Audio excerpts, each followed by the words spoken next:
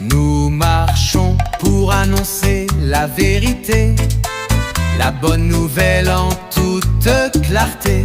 À propos de Parfaite qui est le temple par lequel je suis visible et duquel je m'adresse à vous en ce moment, c'est un saint du paradis du nom de Saint Gomez qui en a conçu le portrait. Le temple a été ensuite déposé dans une brousse à Bembereke. Retenez que les voies de l'éternel Dieu sont insondables. Dieu écrit droit sur des lignes courtes. Les dessins de Dieu sont très complexes. Homme de ce temps, si vous ne croyez pas aujourd'hui, vous n'aurez plus jamais la foi avant la fin de votre vie. C'est que le salut éternel vous a échappé. Cela signifierait tout simplement que vous n'avez pas été compté parmi les élus pour le salut éternel. Sinon, comment comprendre qu'un bébé sans père ni mère puisse être retrouvé au cours d'une promenade d'un troupeau de bœufs qu'un berger peut accompagner paître? L'attroupement des bœufs a attiré l'attention du berger Peul, qui, s'interrogeant sur ce qui pouvait bien provoquer un tel attroupement de bœufs, s'approcha et découvrit, à sa grande surprise, un être humain, qui plus est un nourrisson vivant.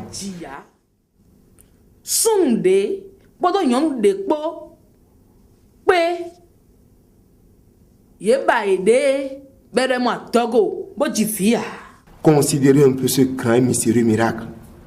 Il s'agit d'un être humain qui est spontanément venu au monde sans génération. Il n'y a eu aucun accouplement avéré dont la femme aurait porté une grossesse suite à leur union qui aurait donné un tel fruit. En termes clairs, aucun être humain n'a servi d'instrument pour sa conception. Et pourtant, cet être mystérieux présente toutes les caractéristiques physiques d'un être humain normal. Voyez à quel point Dieu est mystérieux et insondable. Même si l'on ne croyait pas en Dago, même si l'on n'avait pas la crainte de Dago, on devrait tout au moins avoir une marque de respect et de distinction pour cet être mystérieux qu'on appelle Parfaite. Car le sang qui coule dans ses veines n'est comparable en rien à celui qui coule dans les veines de tous les autres êtres humains dans ce monde. Elle n'a ni frère, ni père, ni mère. Personne n'a été témoin de sa naissance. Personne n'a été témoin de l'accouplement ayant conduit à mettre enceinte sa mère. Et pourtant, des hommes se lèvent et disent « Je connais sa mère et son père. Je connais son lieu de naissance. » Alors même qu'aucun d'entre eux n'a jamais donné une preuve de ces allégations mensongères.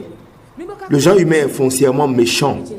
Homme de ce temps, cessez de dire des fariboles et recherchez le salut éternel. C'est bien dommage. Ainsi donc, ce Peul a pris cette petite fille dans sa sacoche et l'a ramenée à son domicile. Voyez combien Dieu est mystère. Jésus est né dans une étable. Celui qui est destiné à sauver le monde, le Fils de Dieu, est né dans une étable au milieu des brebis. Les hommes l'avaient pris comme leur semblable et ne lui avaient taillé aucune espèce d'importance.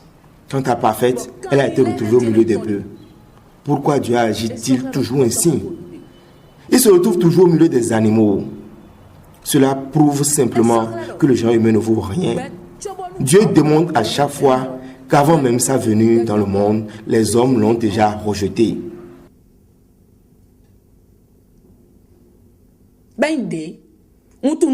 C'est le tout premier sens que cela revêt. Dieu n'a pas d'autre choix que de se retrouver à chaque fois au milieu des animaux. Que les hommes se ressaisissent et se penchent un peu sur la question. Ils doivent se demander pourquoi Dieu est à chaque fois en train de leur manifester une telle parabole. Pourquoi en venant chaque fois dans notre monde, ce n'est jamais un être humain qui l'accueille, mais bien au contraire, ce sont toujours des animaux qui le reçoivent en premier.